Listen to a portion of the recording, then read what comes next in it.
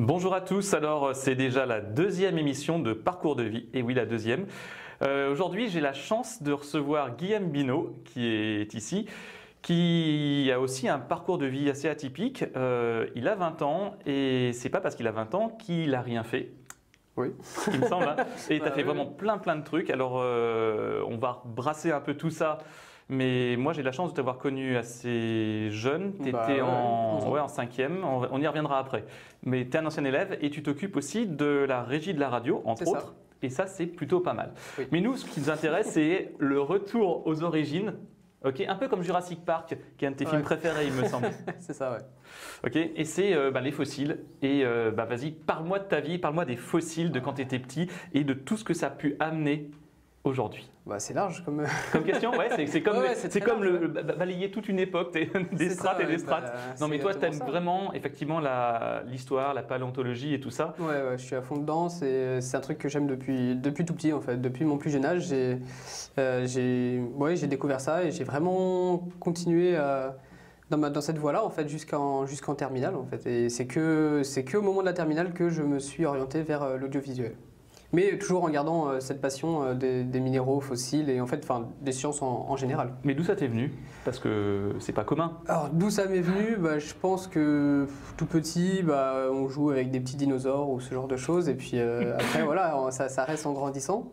Mon père regarde énormément de documentaires et même quand j'étais petit, donc c'était des choses que je voyais à la télé aussi, du coup, tout ce qui est sur France 5, Arte, ce genre de documentaires.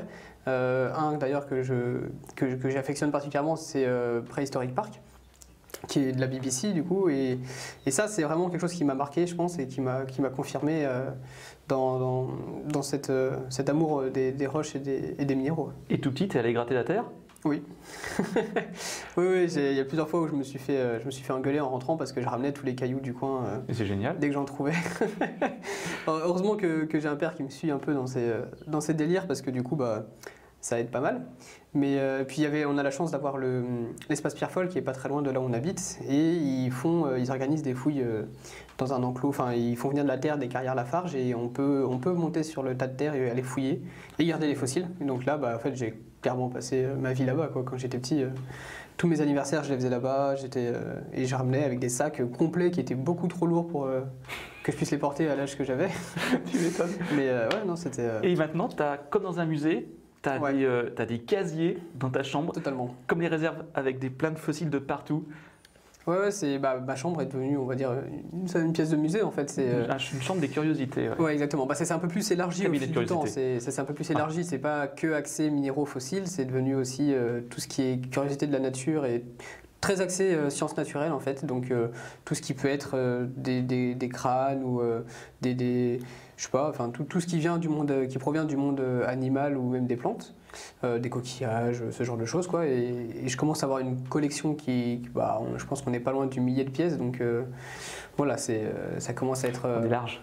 Ouais, c'est ça, et puis surtout c'est que ça prend de la place dans la chambre. C'est-à-dire qu'à un moment la chambre elle est plus extensible et mon père m'a gentiment fait comprendre qu'il fallait faire un tri dans ce que je ramenais à la maison. Mais du coup voilà, et puis une grosse partie qui est dans les réserves, donc qui est rangée dans des tiroirs, mais les plus belles pièces sont exposées et moi j'aime beaucoup quoi, ça a un côté très satisfaisant de voir tout ça quand c'est bien rangé comme dans un musée en fait. Guillaume d'ailleurs, pourquoi Guillaume? Parce que c'est vrai que c'est pas commun comme nom ça. Ouais, c'est pas commun. Ici c'est pas commun, mais dans le sud t'en trouveras plein. Ah pourquoi il est dans le sud? Tu viens de où alors? Mon père il a passé pas mal de temps dans le sud et Guillaume ça veut dire Guillaume en occitan. Donc c'est un prénom qui vient de là-bas, d'ailleurs avec la ville de Saint-Guillaume-le-Désert. Donc c'est un prénom qui vient de là-bas et quand tu descends dans le sud, t'en croises plusieurs des Guillaume. Pas mal, j'aime bien. Moi aussi. Alors Guillaume, je t'ai rencontré quand tu étais en 5e, si je me souviens bien. Et... on s'est vu avant aux portes ouvertes, mais tu ne me connaissais pas. D'accord, tu ne connaissais pas, nickel. Moi je le connaissais, mais toi tu ne me connaissais pas. D'accord, ok, c'est gentil. Et donc t'as attaqué latin avec moi en 5e et je crois que c'était le moment du premier clash. Oui, comme les Doors. C'est ça, c'est un peu ça. Ouais, j'ai eu le malheur d'oublier mon livre 3 fois, mon livre de latin, qui n'a pas servi d'ailleurs ce jour-là en cours. Mais tu m'as collé une punition assez sévère, on va dire, qui était un peu disproportionnée par rapport à la faute commise. Et du coup, mes parents ont répondu par un mot dans le carnet qui prenait ça aussi sur le ton de l'humour, ce qui t'a beaucoup plu d'ailleurs. Oui, c'est vrai. Et ce qui a fait que du coup, c'est à partir de là où en fait, ça s'est super bien passé entre nous, quoi. Ça a bien démarré, et puis même maintenant, enfin, auprès de mes parents, quoi. Je veux dire, avec mes parents, t'es tes potes, tu viens à la maison quand tu veux. Voilà, c'est bien. Et par contre, par contre, il n'y a pas de par contre, c'est à la suite, c'est ce qui m'éclate vraiment. C'est toujours ce que j'essaie de faire, c'est de révéler votre potentiel. Alors toi, tu en as plusieurs, effectivement, on parlait de celui-là, mais tu as aussi la photo, on en reparlera après. Mais surtout la vidéo, et généralement, enfin, moi je fonctionne par projet en général, c'est-à-dire que en troisième, puisque moi j'ai des collégiens, je fais des fins d'année, on va dire, comme un peu aux États-Unis où il y a des parcours, et à la fin il y a un projet particulier. Et là, on avait monté l'Énéide, qui était l'adaptation en film de l'histoire d'Énée. En film et théâtre. En film théâtre, tout à fait, avec des performances musicales auxquelles tu participais, on va y revenir. Aussi, ouais, je m'en souviens. Et donc, si tu me racontais un petit peu, déjà l'Énéide, mais rapidos, mais surtout ce déclenchement, enfin comment l'audiovisuel, parce qu'il y a eu un basculement, t'es venu à ce moment-là, parce que je pense que ça a été un déclenchement, grosso modo. En fait, je faisais déjà un peu de photos et de vidéos à côté, mais c'était le truc avec le caméscope des parents qu'on piquait et qu'on allait faire avec les enfants des voisins. On allait faire des films, on s'imaginait des histoires et on se filmait. Donc voilà, et c'était, je pense que ça a commencé là. J'avais déjà cet attrait pour, je regardais pas mal de séries, parce que mes parents regardaient des séries et je regardais des séries avec eux. Et donc je pense que ça a commencé par là, mais je m'en rendais pas encore bien compte. Et en fait, arrivé en troisième, et avec ce projet justement de l'Énéide, donc il y avait une partie théâtre, et moi je suis venu te voir et je me suis dit, en fait, clairement, je veux pas être sur scène ou devant la caméra parce que c'est pas mon truc. D'ailleurs, c'est rigolo aujourd'hui. Hein.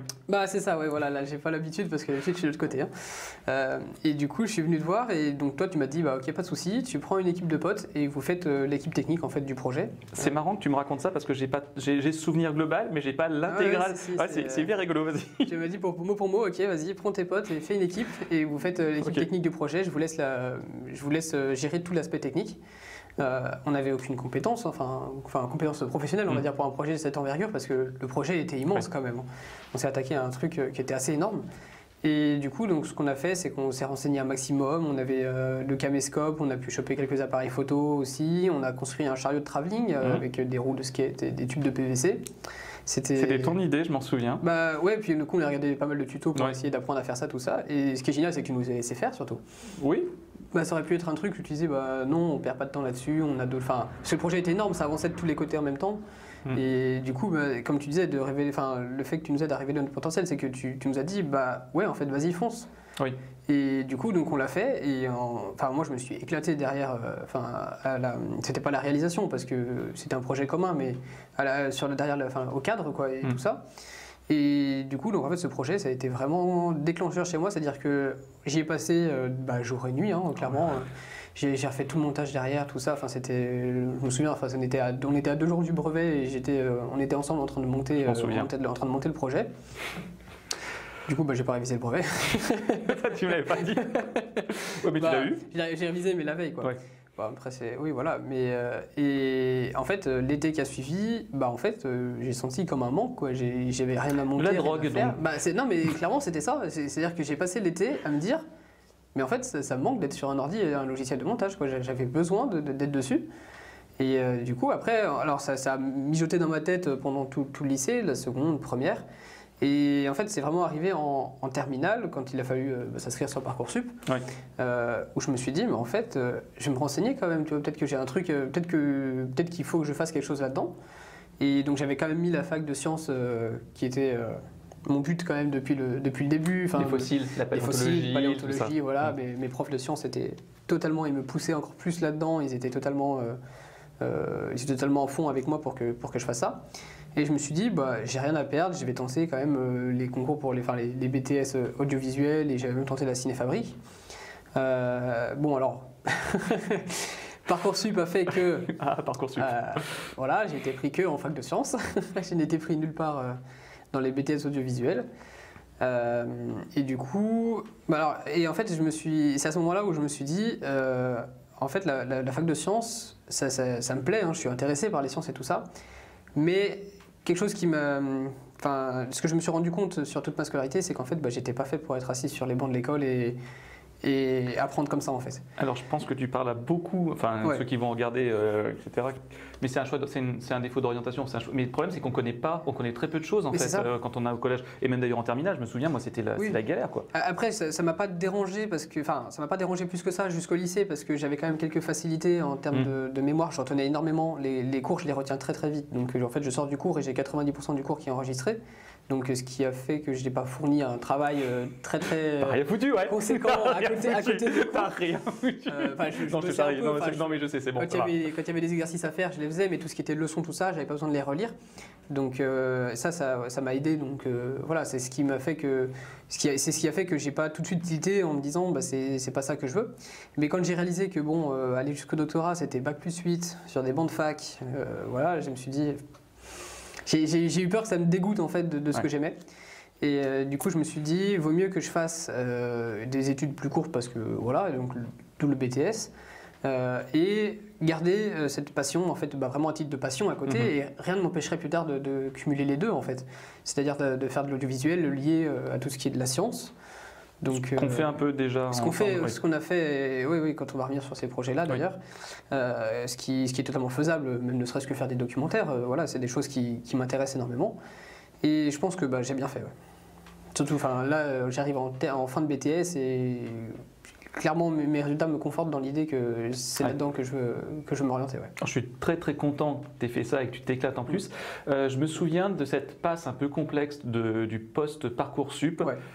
Ça a été, la descente, ça a été la descente aux enfers. C'était la dégringolade. Oh mon Dieu, je me souviens. Pendant 3 ans, pendant tout le lycée, j'avais taffé à mort pour faire des projets audiovisuels. Je m'étais déjà engagé donc, dans la radio qui est maintenant RVAZ.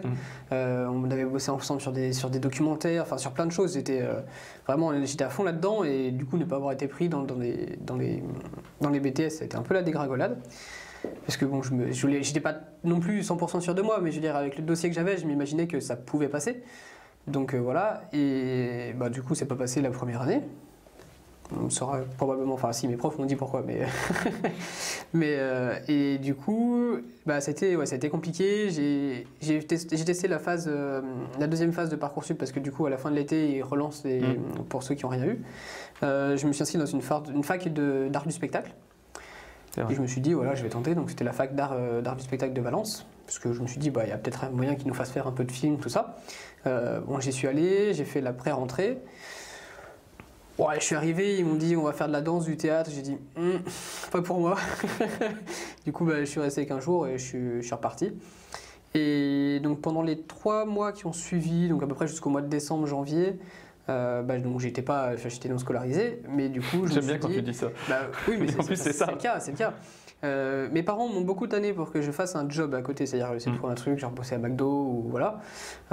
Moi je leur ai tenu tête, je leur ai dit que non, je voulais pas faire ça parce que en fait, donc il y avait un peu la pression que je faisais rien de mes journées, mais je passais mes journées sur l'ordinateur à essayer d'améliorer mon montage, à apprendre, à essayer d'enrichir mes connaissances dans ce milieu-là pour pouvoir dans l'optique de retenter Parcoursup, mais j'étais pas encore là, plutôt dans l'optique de me dire, à un moment je vais monter une auto-entreprise et je vais me lancer tout seul. C'est une profession, on n'a pas forcément besoin de diplôme, mais voilà, je me suis dit, je vais y aller au culot. Donc voilà, et après j'ai eu, là où ça s'est débloqué, c'est qu'en fait on m'a conseillé de faire des stages, d'essayer de faire des stages, mais quand on n'est pas scolarisé, c'est pas possible, des stages conventionnés. Et l'un des seuls organismes qui conventionnent des stages pour des jeunes qui sont non scolarisés, c'est les missions locales. Et donc il y a une mission locale, il y a une permanence qui est faite à Civrieux, donc là où j'habite. Donc j'y suis allé, je suis allé m'inscrire dans cette mission locale, le siège est à Tassin, et du coup là j'avais un conseiller qui m'accompagnait, c'est un peu comme Pôle emploi, mais pour les jeunes de 15 à 25 ans. Et dans cette mission locale, il cherchait un service civique, qui était un service civique plus axé numérique. Mais grosso modo, j'avais les compétences qui collaient un peu avec, je me débrouillais avec un ordinateur, ce genre de choses, et je leur proposais du coup de faire un film de promotion de la mission locale. Et du coup, ça a carrément plu, et du coup j'ai été pris en service civique dans cette mission locale. Et j'ai travaillé là-bas pendant... Alors, théoriquement, j'ai travaillé 8 mois, après, est arrivée une petite maladie qui est passée par là, qui s'appelle le Covid. Donc il y a eu un peu de télétravail, mais enfin c'était pas du travail, c'était plus du chômage partiel. Mais ça s'est super bien passé. Et mon conseiller à la mission locale, parce que du coup en parallèle de ça, j'étais encore suivi par la mission locale, m'a vraiment, il m'a vraiment dit retente Parcoursup. Limite il m'a un peu forcé, parce que moi j'étais moins chaud parce que j'avais pas envie de revivre la même dégringolade que l'année dernière, enfin l'année précédente. Et donc je suis allé voir une conseillère d'orientation quand même qui m'a dit ça peut se faire, ça peut se tenter, parce que du coup je me disais en plus je suis en reprise d'études, donc il y a encore moins de chances que je sois pris parce que ils vont laisser plus de place au post-bac tout ça. Et du coup je me suis quand même réinscrit un peu à contre-cœur. Et au final j'ai été pris cette année-là. Donc c'était génial quoi. Là c'était vraiment une libération. Pris chez qui par contre, parce que c'est ça. Ouais. J'ai été pris au BTS audiovisuel de Villefontaine. Et du coup là qui était à 1 heure de chez moi, donc c'était vraiment plus le plus proche. Et c'est le seul que j'ai mis sur Parcoursup cette année-là. Parce que autant l'année d'avant j'avais mis tous les BTS de France, en me disant il y en a peut-être un bien parmi tous ceux-là qui vont me prendre. Et là j'avais mis que celui-là, j'avais dit je m'inscris, ok, mais je mets que Villefontaine, sinon je vais pas m'embêter à aller plus loin. Voilà, et du coup je l'ai fait et j'ai été pris. Donc tant mieux, tant mieux, et j'en suis très content parce que maintenant là ça fait 1 an et demi que j'y suis. On a fini les cours, on attaque maintenant la partie examen et la partie mise en situation professionnelle. Et c'est génial quoi, je m'éclate. Et comment tu résumerais pas en 25 000 phrases, mais en 2-3 phrases qui vont en finir par 10 ou 15, cette année et demie en BTS de Villefontaine? Comment tu synthétiserais, par exemple, pour tous ceux qui t'écoutent, Villefontaine, ce que c'est, ce BTS, qu'est-ce que tu fais, qu'est-ce que ça apporte? Tu veux dire concrètement l'information vis-le comme tu le sens. Hein, vas-y, comme tu viens du Sud, vas-y, fais parler ton cœur. Pour moi, c'était surtout l'occasion d'apporter, de confirmer, on va dire, ce que déjà je souhaitais comme orientation pour plus tard. Et puis surtout, ça professionnalisait les quelques compétences que j'avais pu acquérir avant. En autodidacte du coup, parce que du coup ça faisait déjà 3-4 ans que je faisais un peu de la vidéo à côté, mais totalement en apprenant sur le tas. Et du coup là c'était vraiment, on rentre dans le milieu pro quoi. C'est même si on n'a pas forcément besoin d'un diplôme pour plus tard, c'est quand même, c'est l'occasion de rencontrer des professionnels du milieu qui bossent là-dedans tous les jours et qui du coup, en fait on a toujours des choses à apprendre quoi. Donc ils sont là pour nous briefer, ils sont là pour nous accompagner là-dedans et faire du réseau en plus, donc ça nous fait des contacts pour la sortie du BTS. Et du coup, non, c'est vraiment, c'est 2 années en fait où j'ai pas eu l'impression de travailler quoi, parce que c'était que du plaisir. C'est ce qu'ils me disent tous généralement sur une passion, c'est que tu veux passer des heures et des heures et des heures, totalement. et en fait tu es dans ton truc, ton trip et ton truc. C'est ça, c'est-à-dire qu'on pourrait se dire que quand on est en vacances, du coup on relâche tout, mais on relâche la partie scolaire, devoir, voilà.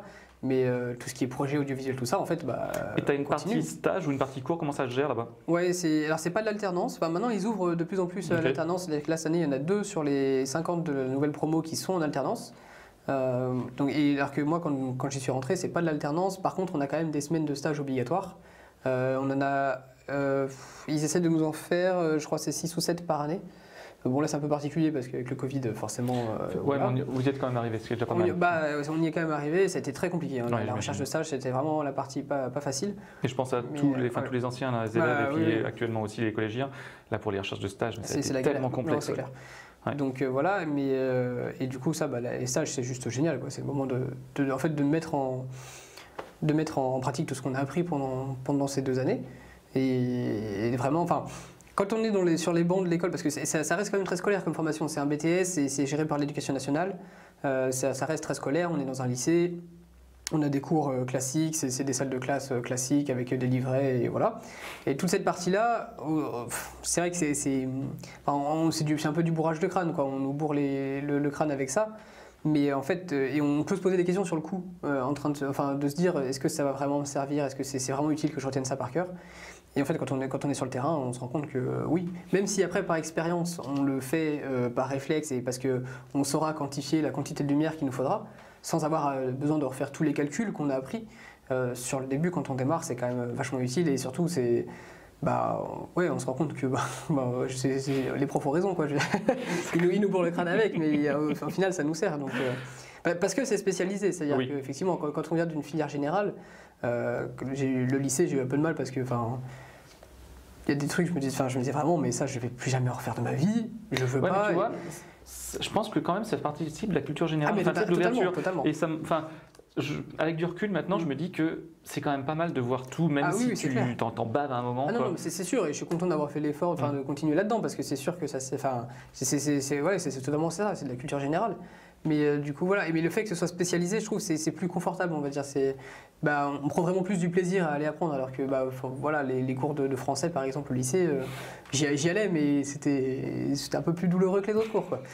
Donc voilà, mais alors que là maintenant, même s'il y a des matières qu'on aime un peu moins, c'est quand même du plaisir parce qu'on sait que ça nous sert derrière concrètement, quoi. Tu peux m'énumérer par exemple certains points qui sont abordés au BTS, enfin est-ce que ça concerne le scénario, le script, l'étalonnage, même ce que c'est que l'étalonnage et tout ça, quoi, grosso modo. En fait c'est très varié parce qu'il y a 5 filières, donc il y a la filière montage, son, image, technique d'exploitation des équipements et des supports, c'est très compliqué, on les appelle des exploitants, qui font un peu tout, et la filière gestion de la production. Donc ces 5 filières, il y a des cours qui sont spécifiques évidemment à chaque filière, il y en a qui sont communs à toutes les filières, tout ce qui est par exemple les cours de culture artistique, les cours d'anglais, et même si l'anglais du coup, c'est un anglais spécialisé pour le milieu de l'audiovisuel. Et après, donc je sais qu'en montage, ils ont des cours de scénario. Je crois que c'est l'une des seules filières qui a des cours, vraiment régulièrement de scénario. Les autres, ils ont juste quelques interventions. Mais c'est eux qui ont les vrais cours de scénario. Et nous, par exemple, en image, ça va porter sur plusieurs choses. Donc l'image, c'est axé sur la lumière et la caméra. Donc aussi bien savoir gérer un éclairage que de pouvoir paramétrer une caméra pour faire un tournage. Ce que tu as fait tout à l'heure. Voilà. Là, je fais un peu des deux parce que du coup, il y a de la lumière et de la caméra, mais des fois, quand il y a plus de monde, chacun gère sa partie. Donc voilà. Et puis on a quoi? On a tout ce qui est partie théorique sur les cours. Donc là c'est vraiment de la théorie, connaître les capteurs des caméras, les optiques, savoir dimensionner les choix qu'on veut faire sur le terrain, savoir, truc tout bête, mais calculer ses batteries pour savoir combien de batteries va nous falloir dans la journée, quoi. Par exemple. Et puis après, il y a une partie plus pratique, évidemment, parce que là c'est cool quand même, c'est qu'on pratique beaucoup dans cette formation, même si ça reste dans des horaires restreints de lycée, malheureusement, c'est le seul truc que je trouve un peu dommage. Mais parce que du coup, ça fait, on a quoi? On a peut-être, c'est par tranche de 4 heures en fait, c'est ça le problème, c'est qu'on est obligé, au bout d'un moment, le lycée il ferme et on est obligé de rentrer, quoi. Donc voilà, et puis là il y a une partie pratique, et en fonction, ce qui est intéressant, c'est qu'en fonction des profs, on va pas travailler la même chose, c'est-à-dire que les TP avec tel prof, ce seront des TP qui seront plus mis en application vraiment de la théorie pure qu'on a vue, c'est-à-dire juste tu fais que ça, et il y a des TP avec un autre prof qui seront plus artistiques, où là on a un peu plus de liberté et on peut faire des choses, on peut créer, quoi. C'est cool. Franchement, c'est top. Et avant de revenir au stage et de basculer après sur ce que tu vas faire maintenant, ce que tu fais, tu me parles d'artistique. Ça me fait penser que toi, tu as aussi une fibre artistique une fibre. Au moins, tu as un bagage musical, on va dire, qui a pu nous servir. Je pense à l'Énéide, ouais, où tu étais harpiste, il me semble. Oui, c'est ça. J'ai fait 6 ans de harpe. J'ai commencé. Ce qui n'est pas commun quand même. Ce qui n'est pas commun, oui, comme instrument, je confirme. C'est pas du tout commun et pas très pratique à transporter. Je me souviens avec toi, on a une grosse tortue. C'est pas le truc qu'on amène autour du feu quand on fait une soirée avec ses potes. Donc, c'est la soirée guitare, la soirée harpe. C'est ça, c'est pas le même gabarit, quoi. Donc, mais ouais, donc j'ai fait 6 ans de harpe. Alors, ce qui est terrible, c'est que je me souviens pas du tout. Je serais pas du tout capable de rattacher ça à mes années scolaires. C'est-à-dire de faire le parallèle. Je serais incapable de dire à quelle classe j'ai commencé, en fait. Pour moi, c'était vraiment 2 mondes détachés. Okay. Et même maintenant, quand j'essaie de faire l'effort de me rappeler, je sais pas du tout en quelle année j'ai commencé ni en quelle année j'ai fini.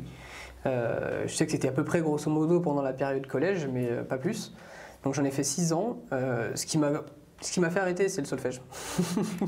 Voilà, quoi. C'était pas la partie que je kiffais le plus.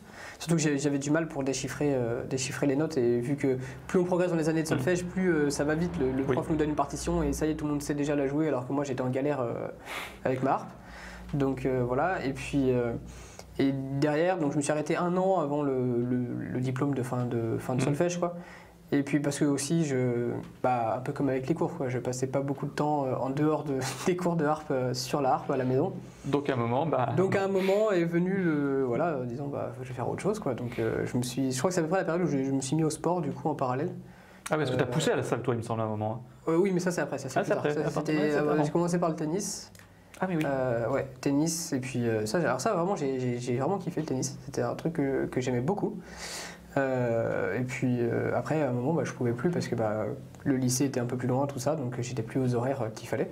En plus, il me semble que tu as une maman qui s'occupe de la chorale aussi en musique. Et qui s'occupe de la chorale, oui, parce que c'est vrai, j'ai fait de l'harpe, mais j'ai fait du chant aussi à côté. Ça fait... le chant, j'ai continué plus longtemps parce que le chant, j'ai pu continuer du coup dans la chorale. Déjà, on en faisait en scolaire aussi, parce que ma mère était prof de chant du coup à l'école, dans l'école primaire où j'étais. Et du coup, après, j'ai continué aussi dans une chorale associative en dehors des cours. Et le chant, oui, c'est un truc, ça je continue encore un peu, maintenant plus en chorale parce qu'effectivement mes études vont emmener plus loin que là où j'étais basé. Donc voilà, mais sinon, côté musique, ça a servi pour l'Énéide parce que là tu m'as dit, faudrait un truc qui fasse un peu... un peu aède, un peu grec, ouais, c'est ça. Ouais, voilà. Du coup, bon, l'harpe... Mais c'était classe. C'était classe, mais c'était un peu de la full impro, quoi. C'est-à-dire que j'avais plus touché à ce moment-là, ça faisait déjà peut-être, peut-être 2 ou 3 ans que je touchais plus à la harpe. Par chance, je l'avais encore, parce qu'on l'a revendu pas longtemps après. Et tu m'as dit, ok, il faut faire un truc qui colle à peu près avec le style, voilà. Donc, heureusement que ma mère est musicienne, hein, parce que du coup, elle m'a dit, tu te mets dans cette gamme-là, ça devrait faire un truc qui sonne à peu près bien. Et tu touches un peu tes cordes. C'est l'avantage de l'harpe, c'est que oui, on peut toucher n'importe quelle corde, c'est joli. C'est pas comme le violon, quoi. Le violon, il faut de l'entraînement avant que le son soit joli. Là, l'harpe, l'avantage c'est que tu fais un string et c'est bon, quoi. C'est joli. Moi, c'était pas à ce niveau-là, mais. Tu fais un string. Mon Dieu. J'espère que personne n'écoute. Si, mais je faisais pas ça, mais au moment de l'année, je faisais pas ça. Non, mais je sais, mais je travaillais, mais voilà. Et puis ça rendait bien. Par contre, quand on l'a refait. Plus tard, au musée gallo-romain, là, il n'y avait pas la harpe. Là, c'était moins drôle du coup. Parce que là, il n'y avait plus de possibilité de régler les gammes et tout. C'était le stress, hein. Par contre, toujours être sur scène. Parce que du coup, à la base, je voulais pas être sur scène. Oui, ça, je sais. Ouais. Et du coup, quand tu me l'as annoncé, j'étais vraiment au bout, quoi. J'étais mais qu'est-ce que je fais là, quoi. Et tu joues dans un spectacle. Oui, mais c'est le problème, c'est que je voulais pas être devant. Déjà que tu m'avais fait jouer le Cyclope. Oui, c'est vrai. Dans la partie film. Ça allait parce que j'avais un masque, j'étais costumé de partout. C'était terrible d'ailleurs comme costume. Oui. Pas séché pendant 4 heures dehors, c'est ça? Ouais, à peu près, ouais, c'est ça, avec les bras tendus, écartés. Posé sur des poubelles. Voilà, parce que le costume était en mousse expansive et il fallait que ça sèche. Voilà. Et après, il a fallu découper les articulations au cutter. Alors que j'étais dedans. Ouais, c'est clair que je l'ai pas ramené là. Ouais. Donc bref, c'est ça. Et puis par contre, voilà, je me retrouvais sur scène, quoi. Là, pour le coup, c'était vraiment tout ce que je voulais pas faire à la base. Mais tu vois, par contre, ça te sert vachement. On va parler de perdition. C'est pas la même chose. Ouais, mais c'est pas la même chose. Mais le jeu d'acteur et être acteur, ça veut dire que t'as quand même. J'étais pas acteur. Oui, mais t'as quand même une vague idée de comment ça se passe sur scène et de ce que ça peut être ressenti en placement d'acteur. Oui, parce que du coup, vu que j'étais pas dans j'ai vu que c'est pas moi qui jouais des rôles, j'étais par contre dans la mise en scène. Je me souviens, on répétait avec les acteurs, on était derrière les salles de classe et j'étais avec eux pour leur faire jouer leur truc. Voilà, mais. Au moment de jouer de l'harpe, j'étais clairement en PLS, hein, le stress et tout, c'était vraiment pas mon truc. J'étais content quand c'était fini. Mais ça s'est bien passé au final. Ouais. Alors, je fais un switch sur ce que je viens de dire et surtout sur Perdition, qui est ton gros projet actuel dont tu vas nous parler. D'ailleurs, avant qu'on switch sur... Alors, je voudrais bien qu'on parle de la photo aussi, parce que c'est vraiment quelque chose aussi qui t'intéresse, tout comme certains de tes camarades. Je pense à Arnaud qui est dans la régie là en ce moment aussi, ce truc de l'image, coucou, débat tout seul. Mais on va basculer sur Perdition et tu me racontes la jeunesse, parce que c'est un vrai truc qui est dingue que tu as réussi à mettre en place. Sur du moyen ou du long métrage. Là, qu'on a réussi à mettre en place surtout, c'est ça. Oui, d'accord. Parce que je te parle et c'est toi. Mais j'ai bien vu ton équipe et j'ai bien vu qu'effectivement un projet comme ça, et je le sais bien pour emmener, que ça ne se fait pas tout seul parce que je veux dire non quoi. Pour revenir sur Perdition, c'est un projet qui a commencé l'année dernière. Du coup, c'était juste avant l'été. En fait, au BTS, il y a ce qu'on appelle des 49 heures. En gros, tu as 49 heures pour réaliser, écrire, tourner, monter et finaliser un film. C'est des trucs qui sont super à faire, franchement. Et donc là, lui, il s'est organisé spécifiquement par le BTS, mais il y en a qui sont organisés dans la France entière. Et donc lui qui était organisé par le BTS, il y avait une contrainte qui était dans quel étagère du verbe errer. Et du coup, donc oui c'est ça, on a des contraintes, il faut faire le film par rapport à ces contraintes. Donc on était une équipe de 5 ou 6 et on s'est dit, c'est le dernier de l'année. En plus on savait que le dernier de l'année était projeté au cinéma. Et j'ai réussi à obtenir la salle de ciné pour pouvoir faire ça, la salle de ciné de Villefontaine. Et on s'est dit, on va tenter quelque chose qui est totalement différent de ce qu'on voit habituellement dans les 49 heures. Et on va faire une grosse scène d'action bien bourrine. On s'est dit, on était un peu tous, enfin dans le groupe, on était tous un peu tous fans de films d'action, tout ça. Et on s'est dit, let's go, on fait ça. On a sacrifié du coup l'aspect scénario parce que tourner une scène d'action ça prend énormément de temps, surtout quand on ne sait pas se battre. C'est terrible à dire, mais c'est ça.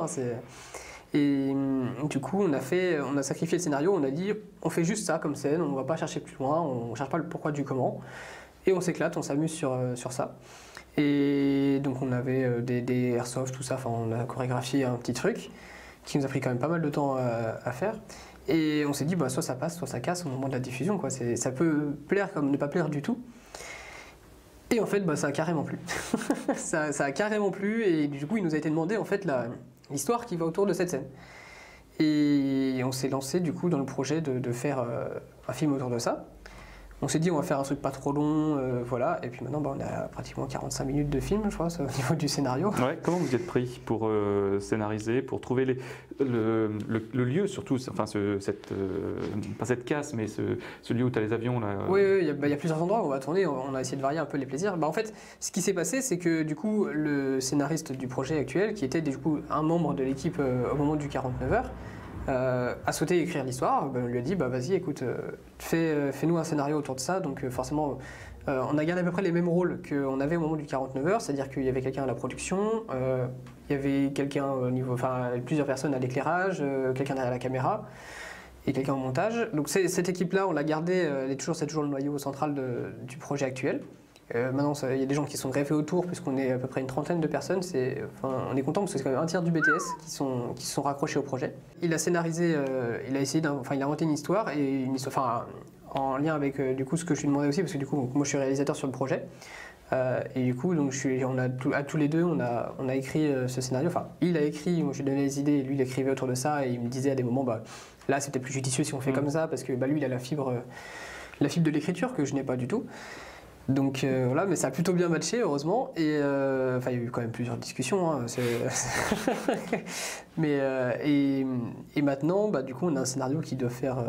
Il fait quoi? Je ne saurais pas dire. On a une quarantaine de pages, je crois, au niveau du scénario. Et une histoire qui tient la route, enfin, on l'espère. Et une trentaine de personnes qui sont là pour nous aider. Donc là, c'est juste génial, quoi, parce que du coup, on a toutes les mains qu'il nous faudrait pour pouvoir faire ce projet. Il vous manque juste une partie des financements. C'est pour ça que tu as lancé une cagnotte. Ouais, une cagnotte. C'est ça. Donc, qui est accessible par perdition. Oui, c'est ça, sur Instagram, tout ça. Ouais. Et puis, Et tu me parles de ces avions parce que c'est un truc fascinant. Oui, dans l'histoire, donc l'histoire, pour résumer un peu le truc, c'est une ancienne militaire qui a subi des événements traumatisants au moment d'une opération extérieure. Qui est resté traumatisé par ces événements et qui se trouve un peu au fond du trou, quoi, qui est totalement déprimé et qui ne pense pas s'en sortir. Et du coup, elle se retrouve à accepter un boulot que quelqu'un lui a proposé dans un bar. Mais ce boulot n'était pas tout à fait, on va dire, c'est pas très recommandable comme travail. Et sa droiture va reprendre le dessus et elle va rompre son engagement en fait. Mais sauf que du coup, en faisant ça, elle se met à dos des personnes peu fréquentables. Et il va falloir que du coup elle revienne sur sa promesse qu'elle s'était faite de ne plus toucher une arme à feu, enfin une arme tout court d'ailleurs, et elle va devoir tuer pour survivre, quoi. Et du coup on va essayer de jouer là-dessus.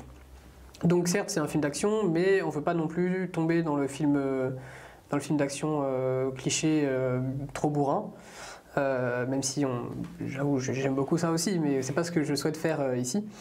Et du coup, on a une histoire qui est un peu plus sombre, un peu plus profonde, on va dire, et sans non plus aller dans le film noir. On ne veut pas non plus tomber dans cet extrême-là.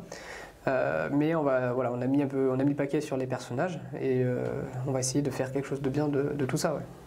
Et les avions? Et les avions dans tout ça. C'est focus, hein. Les avions. Les avions.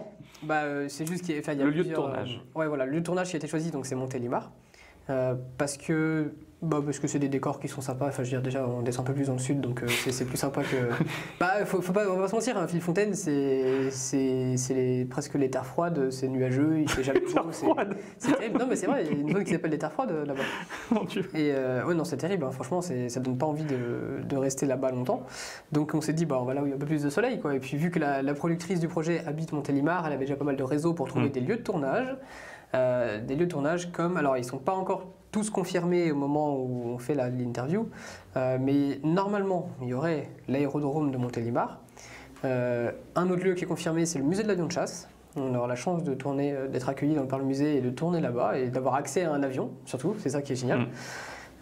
Donc ça, et puis donc voilà, parce que du coup ils sont des anciens militaires et vu qu'il y a des scènes flashback, tout ça, donc il y a des moments où le décor du musée de l'avion de chasse en fait va très bien. Pour rappeler ce côté militaire. Il y a d'autres lieux, on a un bar, il va y avoir une partie course-poursuite aussi, donc là, il faut des routes, tout ça, enfin, ça va être sympa à faire, je pense, ça va être très compliqué à tourner, mais je pense qu'on va vraiment aimer ça. Et puis, non, franchement, ça va être... Ouais, donc voilà, les avions ne sont pas la partie centrale du projet, hein, c'est juste une anecdote, mais c'est par rapport à ta zone de tournage, en fait. C'est ça, exactement, mais... donc voilà, on va essayer de faire ça bien et puis de mener le projet jusqu'au bout. Enfin, ça, je m'en doute pas. Il sera fait jusqu'au bout, ça c'est sûr. Après, tout dépendra des moyens qu'on aura pour le faire et ça déterminera aussi un peu la qualité du projet, quoi. Ouais, mais je pense que ça passera très bien. Au-delà du côté bourrin, que tu aimes bien, tu as quand même un côté, on va dire sensible, mais je trouve que c'est un très bel adjectif, en fait, vraiment. Que tu matérialises dans les clichés que tu fais. Vraiment, que ça soit la voûte céleste, ou les oiseaux. Je pense que particulièrement les oiseaux, il y en a d'autres, hein, mais tu cibles vraiment les oiseaux. C'est plus facile à photographier. Oui, sûr, j'allais te le dire. Si, c'est ceux qui sont là. Je veux dire, on va difficilement trouver un zèbre ou un lion en dehors, là. T'as des chats. Oui, bien les chats aussi. Oui. C'est joli les chats. Oui, tu veux qu'on parle des nombres de vues sur les vidéos de chats? Bon. Oui, ok, bon alors parle-moi de la voûte céleste déjà. Merci. De la photo, oui, pour faire la photo générale, pour commencer, c'est à côté de la vidéo, ouais, pour moi ça va de pair, pour ce que je fais moi, on va dire. La photo, c'est, ouais, j'en fais depuis. J'ai commencé à en faire sérieusement, on va dire, en 2017, quand j'ai pu m'acheter mon premier appareil photo. Ouais. Enfin, le premier vrai appareil, parce qu'avant j'avais les petits Nikon, le petit compact là, ça allait bien, mais voilà, j'en faisais pas plus que ça. Et quand j'ai eu un vrai bel appareil, on va dire, là j'ai eu encore plus envie d'en faire. Et je me suis beaucoup plus intéressé à ça, et donc j'ai commencé, ouais, c'est ça, en 2017. Ce qui commence à faire un petit moment là déjà depuis. Depuis, j'ai changé d'appareil, j'ai eu du matériel de plus en plus performant qui m'a permis d'aller explorer des thématiques de photo en fait qui me passionnent. C'est toujours relié, on va dire, à cette passion pour la nature, les sciences et tout ça. Puisque du coup, je fais pas mal de paysages, d'animaux ouais, c'est ça en fait, de paysages et d'animaux. Il y a très peu, dans mes photos, il y a très peu d'hommes, de personnes, ouais. Ou même de villes. Je fais un peu de photos de villes, mais c'est pas c'est pas ce que je préfère. J'en fais des fois quand c'est vraiment quelque chose que j'adore. Et surtout, c'est que pour moi, la photo, en fait, c'est surtout un moyen en fait de s'évader, en fait, parce que je pense pas à ce que je fais. C'est-à-dire, au moment où je suis en vadrouille pour aller faire des photos, j'oublie un peu tout ce qu'il y a autour, quoi. Et du coup, ça donne lieu à des sorties photos où justement, donc j'essaie de m'axer, j'essaie d'orienter mes trucs vers l'animalier, par exemple. Donc les photos d'oiseaux, comme je vous disais, mais j'essaie de. Si je trouve d'autres animaux à photographier, j'essaye, hein, mais je sais. Mais les oiseaux après aussi, j'avoue, j'aime beaucoup ça. Tu cadres tes photos, tu les construis tes photos, parce que je sais qu'il y a certains photographes, tu sais, ils calculent vraiment la structure de la photo. Est-ce que toi, ça se fait automatiquement quand tu prends, ou est-ce que tu construis, est-ce que tu te fies à ton instinct, qui est un instinct d'artiste dans ce cas-là, si tu calcules pas?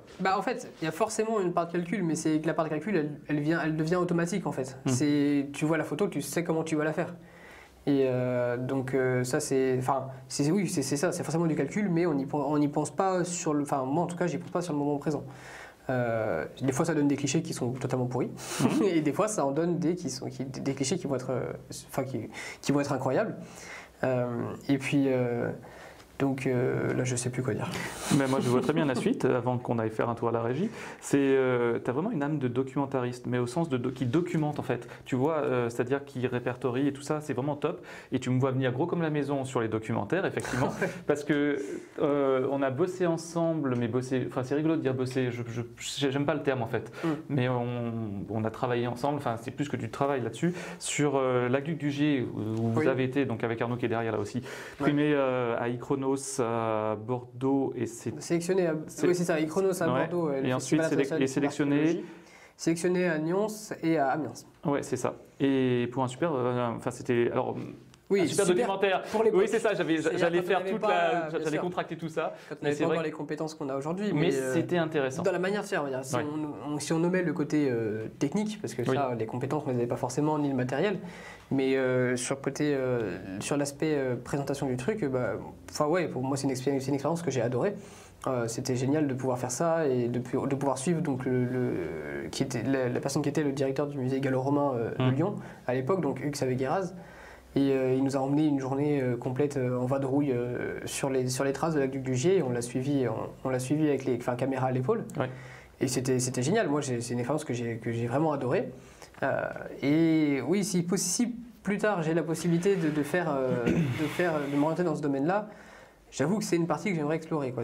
Vous m'avez quand même pas mal aidé là sur les derniers tournages de la scie hydraulique, par exemple. Tout ce qui est archéologie, même tout ce qui est documentaire, c'est vrai que c'est un truc que j'adore. Même si j'aimerais beaucoup faire de la fiction, j'aimerais bien essayer vraiment de pousser les choses aussi en fiction. Et comme du coup avec Perdition, c'est aussi un moyen pour moi de voir ce dont je suis capable sur de la fiction. Et en fait, le documentaire, pour moi, c'est vraiment deux trucs que j'aimerais faire, les deux. Je veux pas pour l'instant choisir entre l'un ou l'autre. C'est vraiment, j'aimerais vraiment essayer les deux, faire les deux. Et si possible, continuer de faire les deux. Oui, je comprends bien. Notamment un type de documentaire en particulier, le documentaire animalier. Ça, c'est vraiment quelque chose qui me passionnerait, qui me passionne et que j'ai très envie de faire. Tu vas le faire, tu le sais très bien au fond de toi. C'est compliqué, c'est un cercle très fermé l'animalier. Mais je vais essayer de me donner toutes les chances pour y arriver. Le cercle, c'est toi qui vas le faire, on s'en fiche du cercle. Oui, mais oui. On s'en fiche du cercle, c'est toi qui vas le faire, c'est toi qui vas poser ton regard. Non, mais sérieusement. Oui, je vois ce que tu veux dire, mais donner les moyens d'y arriver. Oui. C'est ça surtout que je veux dire, mais voilà. Et sinon, pour reprendre juste un peu sur les photos, parce que du coup l'animalier pour l'instant je le fais en photo, un petit peu en vidéo, mais c'est compliqué parce que ça demande de l'installation, tout ça, donc ça je le fais plutôt dans le jardin tranquillement, alors que les photos c'est vraiment, je peux partir, je dis partir, mais en fait la plupart des photos que j'ai fait en fait c'est vraiment autour de chez moi.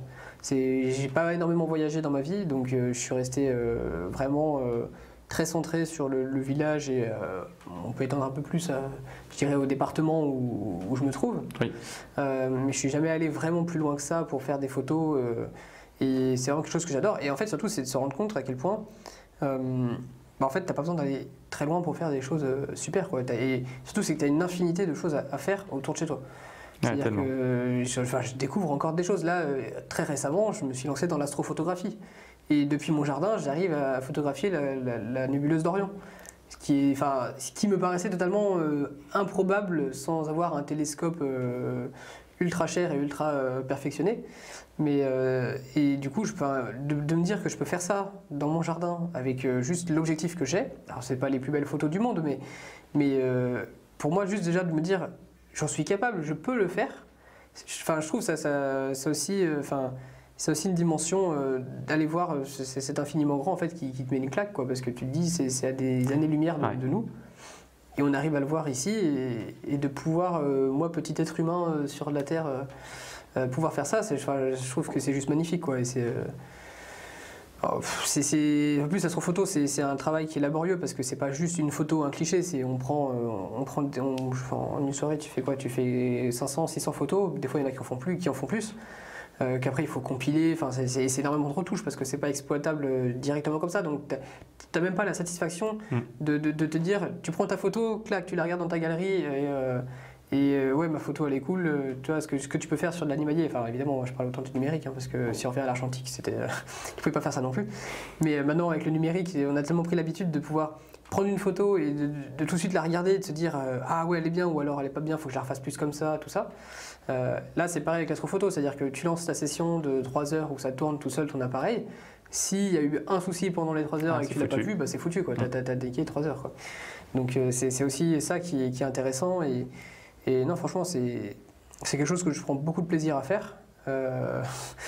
Peut-être même des fois je fais un peu trop parce que j'ai déjà eu des remarques de ma copine comme quoi je faisais plus ça qu'être avec elle. Mais donc voilà, mais non, c'est quelque chose, je pense, que je continuerai à faire et j'espère trouver toujours le temps de le faire, même en travaillant après dans la vidéo, fiction, documentaire, toujours avoir ces moments où je suis un peu seul et pouvoir faire des photos, quoi. Même si mes clichés sont pas incroyables. Et le but, c'est pas que je fasse je sais pas combien de vues sur les réseaux sociaux ou ce genre de choses. Avant tout, je le fais pour moi parce que c'est un moment où je suis totalement je suis en accord avec moi-même, quoi, à ce moment-là. Et après, bah, si ça plaît, tant mieux. Si ça plaît pas, bah, c'est pas grave. Ça va pas changer ma manière d'être ni la manière que j'ai de faire les choses, quoi. Je te remercie beaucoup. Maintenant, on va passer au côté pratique. C'est-à-dire, tu sais, que maintenant qu'on a fait la théorie, voilà, on va passer au côté stage. C'est-à-dire qu'en fait, donc on est à la radio Val d'Azergues. Ouais. On a tout dit sur la partie théorie, on a tout abordé. Non, mais je pense qu'au niveau timing. J'ai pas le timing. Moi, je l'ai. Moi, je l'ai, c'est pour ça. Mais non, il y a tellement de choses à dire. Oui, bah, il y aura toujours, quoi. Oui, c'est ça qui est bien. Donc, alors, on est à Radio Val d'Azergues. Oui. Et il se trouve qu'à Radio Val d'Azergues, tu as une activité ici. Oui, bah du coup ça fait quoi? Ça fait 4-5 ans que je suis leur technicien vidéo. Ouais. On a commencé, la vidéo n'était pas développée, enfin c'était une radio, donc c'est-à-dire que c'était vraiment que du son. On était dans un petit placard à balai, enfin quand moi je suis arrivé, ils avaient connu d'autres étapes encore pires avant. On était dans un placard à balai dans la salle des sports, on tenait à peine à 4 dedans pour faire les émissions. Et en fait ça s'est produit, c'était tout con, c'est-à-dire qu'à un moment on devait faire la promotion de la chorale. Il y avait que moi de disponible à ce moment-là, donc j'y suis allé. Et on a discuté après et ils se sont dit on aimerait bien se développer en vidéo, machin. Mais en fait j'ai du matos, j'essaie de me développer. J'étais encore autodidacte à ce moment-là, hein, quand ça a commencé. Et ils m'ont dit bah écoute, viens, il y a un match de sport dans 3 jours, je crois. On a fait un test de reportage et tout. J'ai dit bah ok, pas de souci. Et on a essayé, ça a super bien marché. Ça a aussi fonctionné, je veux dire, en termes de vues sur les réseaux et tout ça pour la radio. Et du coup, en fait, bah, ça n'a jamais cessé de se développer, quoi. J'ai commencé tout seul avec ma petite caméra, mon appareil et juste quelqu'un devant qui venait parler. Maintenant, bah, on peut regarder, on a 2 caméras. Tu vas nous montrer. Maintenant, quoi. Et on a changé de locaux, du coup, on a des locaux qui nous permettent d'avoir plus de place, qui nous permettent d'avoir ce matériel et cette installation technique qu'on a actuellement. Ouais. Et ça t'éclate de faire oui, moi un son. Alors t'es pas seul, effectivement. Là, je pense que tu vas montrer, effectivement. Et donc il y a Arnaud qui est ton grand acolyte depuis un paquet de temps. Oui, effectivement. Avec qui j'ai commencé d'ailleurs, puisqu'on a commencé sur l'Enaïd ensemble, hein, tous les deux. Ouais. Et puis il y a Clément aussi qui lui nous a rejoint et qui assure pour de taf. Alors on n'a pas parlé d'Antigone, mais on en parlera avec d'autres personnes, etc. Mais tu as eu un gros job là-dessus sur le pont Lumière et tout ça. Mais donc je t'en prie, vas-y. Bah viens avec moi. Hein, go. Non, moi je comptais tranquillement rester. Alors, donc on est dans la régie. Donc là, on voit. Vas-y, explique-nous un peu tout ce principe-là. Parce que la régie, donc on est dans la partie vitrée qui est derrière le studio. On a installé donc la partie son qui est au centre. On a la partie live qui est ici au niveau de Stordy sur OBS. Et la partie là directement, on gère directement le flux des caméras sur cet appareil, donc il y a un mélangeur vidéo. Donc c'est des mélangeurs. Il existe des beaucoup plus gros. Hein. À la télé, c'est ce qu'on voit, qu'il y a plein de boutons. Moi, je ne m'y retrouverai pas, mais là, ça va. Il n'y a que 4 caméras, et on voit donc toutes les caméras. Qui sont ici. Si on peut voir le cadreur qui nous met un plan plus serré dessus. Et donc voilà, le flux est envoyé à l'ordinateur qui gère sur le streaming. Le son, quand on est en émission de radio, donc on a des vrais micros qui sont posés sur pied quand ils sont installés en configuration radio. Ça passe dans la table de mixage et c'est repiqué sur l'ordinateur. Pareil, donc on refait une synchro avec l'image vidéo l'image et le son. Et après c'est envoyé en stream, du coup on diffuse sur Facebook et YouTube. Et puis ça commence à faire une install qui est pas mal, quoi, par rapport à là où on a commencé. ça commence à rendre bien, quoi. Puis alors, le truc sur lequel en fait, cette table me fait penser, en fait, c'est que la radio vous permet aussi de vous faire la main. Et je pense que les projets qu'on a pu faire aussi vous ont permis de vous faire la main sur du matériel parce qu'il n'y avait pas il n'y a pas une échéance ultime. Et franchement, c'est vraiment très très bien, quoi. T'apprends tout le temps. Oui, c'est hyper formateur, surtout Alors, on teste un peu de matériel, même si c'est du matériel qui reste semi-pro, mais là où ça nous apprend vraiment beaucoup, c'est surtout sur la manière de penser, en fait, parce que la manière de penser ici ou sur un tournage, un tournage extérieur, elle sera la même, parce qu'il faut que tu aies la même rapidité, la même efficacité dans le montage, démontage, installation, comment tu places tes projecteurs, et en fait, c'est là où c'est utile, quoi. Ok. Donc, c'est plutôt bien pour toi. Ouais, je trouve. Enfin, moi, je m'éclate. Ça fait 5 ans que je suis là et je suis content d'avoir réussi à pouvoir mettre tout ça en place, quoi. C'est vraiment. Puis même pour la radio, quoi. C'est que bénéfique. Donc voilà. Et on espère que ça va durer encore un moment. Tu m'étonnes. Je te remercie, Guillaume. C'était bien. C'est pas Covid. C'est pas Covid, mais c'est pas grave. Allez. Et à bientôt. Ciao.